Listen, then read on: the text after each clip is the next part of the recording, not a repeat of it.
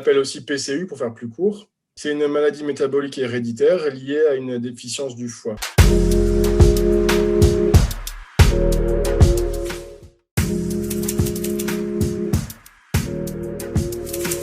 Nous, on est suivi, donc, je ne sais pas si on peut dire la ville.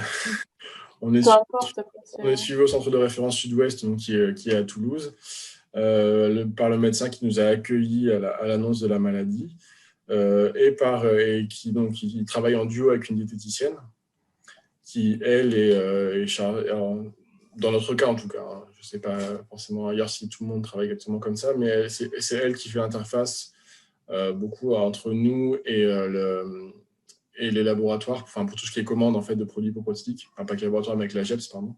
Donc c'est elle qui transmet nos demandes, sous validation du médecin bien sûr, mais c'est elle qui s'occupe de ça, c'est elle qui nous aide à calculer les besoins de nos enfants, qui nous guide éventuellement sur certaines recettes, sur certains produits qu'on n'a pas forcément l'habitude d'utiliser, qui pourraient être intéressants pour nos enfants par exemple. Voilà, nous on est suivis par donc ce duo, un médecin qui est spécialiste des maladies métaboliques, un pédiatre spécialiste des maladies métaboliques et une diététicienne. Peut-être laisser la parole à Amélie et à Géraldine, mais Laurie a discuté il n'y a pas très longtemps avec une personne qui a besoin d'échanger par téléphone, donc elles ont échangé, et elle disait être suivie par un généticien aussi, donc il y a des équipes différentes selon les centres de référence en tout cas. Ouais, c'est ça. Nous, on a commencé à être suivis par donc c'était un plus petit centre de référence. Je crois qu'ils étaient centres de compétences. C'est un petit peu moins important. C'était à l'époque une neuropédiatre et une diététicienne. Donc, comme pour Blaise et comme je pense la majorité des PCU, la diététicienne est vraiment l'interface, quoi. C'est vraiment notre premier interlocuteur. Elle est là pour les commandes à la GEPS, elle est là pour les informations au médecin, même si le médecin reste joignable. Donc, on a été suivis par cette neuropédiatre et cette diététicienne les 3 premières années. La diététicienne est partie. On a eu un nouveau diététicien, ça ne s'est pas très bien passé. La neuropédiatre a fini par nous dire la PCU, historiquement, était traitée par les neuropédiatres parce que c'était une maladie neurodégénérative. Ce n'est plus le cas. J'ai beaucoup d'autres pathologies beaucoup plus graves.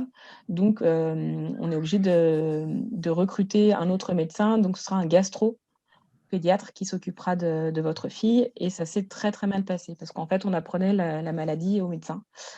Et donc, notre fille avait 3 ans et nous, on avait besoin de réponses quand on n'avait pas besoin de former quelqu'un.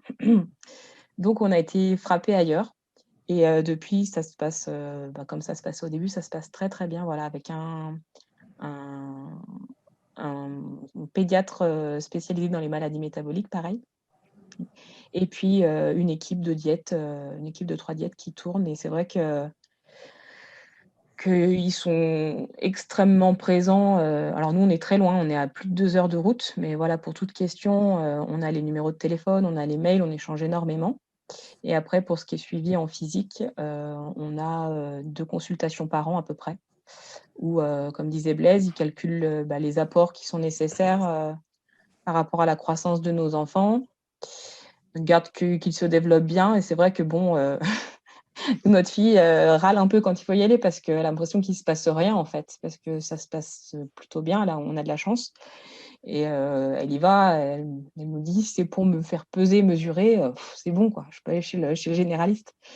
Mais c'est vrai que c'est quand même important de garder ce lien avec l'équipe médicale parce qu'on en a vraiment besoin à la naissance, peut-être un petit peu moins quand ils sont dans la petite enfance, mais c'est primordial d'avoir un bon contact avec cette équipe médicale pour l'âge adulte et pour toutes ces transitions de la vie qui sont importantes parce qu'ils n'auront pas toujours leurs parents derrière eux. Et c'est important qu'ils soient autonomes dans la gestion de leur maladie et qu'ils puissent avoir, nous c'est comme ça qu'on le ressent, hein, qu'ils puissent avoir une équipe médicale derrière à qui parler de tout ça et qui ne soit pas forcément nous parce qu'on ne dit pas forcément tout ce qu'on a sur le cœur à ses parents. Donc Donc, on continue à aller voir le médecin et les diététiciennes, même si ça la gonfle, même si c'est loin.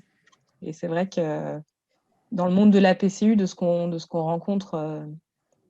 rencontre là par l'association, c'est vraiment des médecins et des diététiciens qui sont des personnes très, très accessibles, qui rechignent pas sur leur temps et sur parler de tout. Et c'est vraiment c'est un plus dans la gestion de cette maladie, quoi.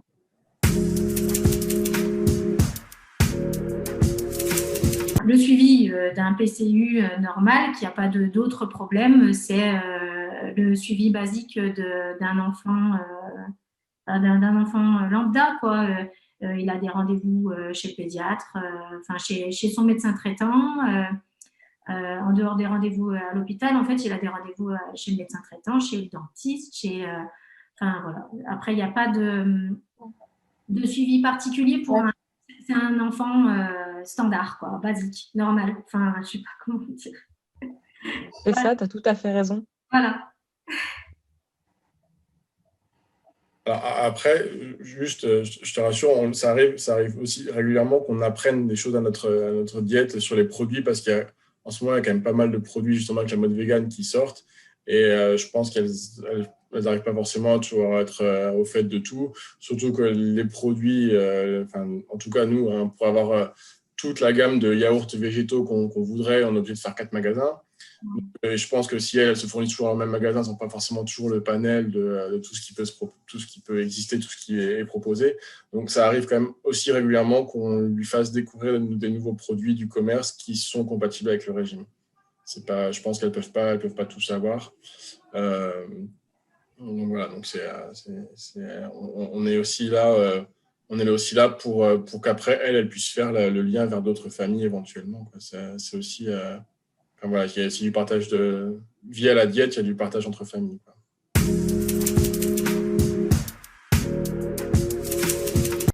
Par la force des choses, en fait, on est obligé, en fait, parce que c'est rare, comme tu dis, c'est rare.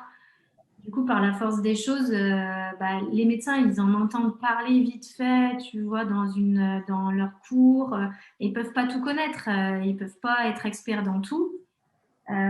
Du coup, effectivement, on répète, on explique aux médecins, en fait, ce qu'est la maladie de notre enfant. Et ça, c'est déroutant pour un parent. C'est vraiment déroutant parce qu'on ne peut pas se fier à la figure médicale. On a l'impression de leur apprendre leur métier. Alors ça, il faut passer faut passer cette phase-là, en fait. Moi, ça nous a fait cette impression-là quand les premiers temps où notre fille s'est retrouvée chez le médecin traitant, quoi, hein, pour une bronchiolite.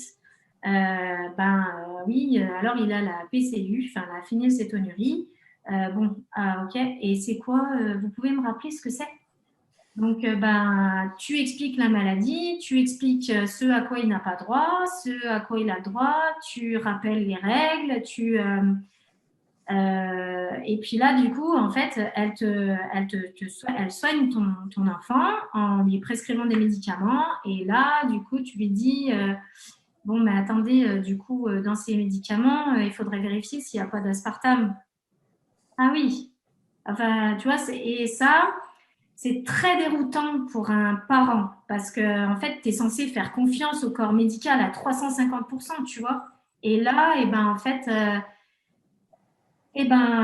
non, quoi. Enfin, il faut d'abord leur expliquer, leur expliquer la maladie. Et si on a de la chance, le médecin traitant, par exemple, il va se plonger dans la maladie de l'enfant et puis essayer de récupérer des infos et du coup,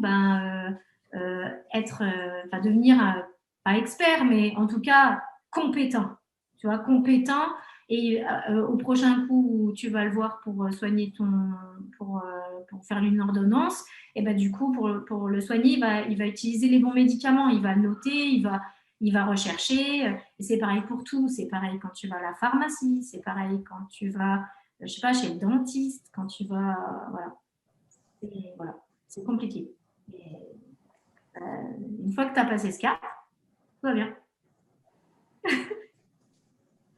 Et je te rejoins complètement. C'est vrai que quand on arrive chez le médecin ou aux urgences, qu'on dit il y a une phénylcétonurie, c'est exactement la même phrase, comme tu dis. Vous me rappelez ce que c'est déjà? C'est vraiment ça. Et effectivement, en fait, maintenant, alors au début, on explique, puis en fait, maintenant, on se borne à dire, bon, il n'y a aucune contre-indication, enfin, il faut le traiter comme un enfant normal, mis à part qu'il n'a pas le droit aux médicaments avec l'aspartame, puisque l'aspartame, c'est la même réaction métabolique que la phénylalanine. Donc, grosso modo, il a le droit, vous le traitez normalement, sauf qu'il n'a pas le droit aux médicaments avec l'aspartame. C'est un peu compliqué pour les antibiotiques, parce qu'il y en a beaucoup avec l'aspartame, donc ils ont un nombre d'antibiotiques qui est relativement restreint. Mais sinon, effectivement, au début, c'est un peu déroutant.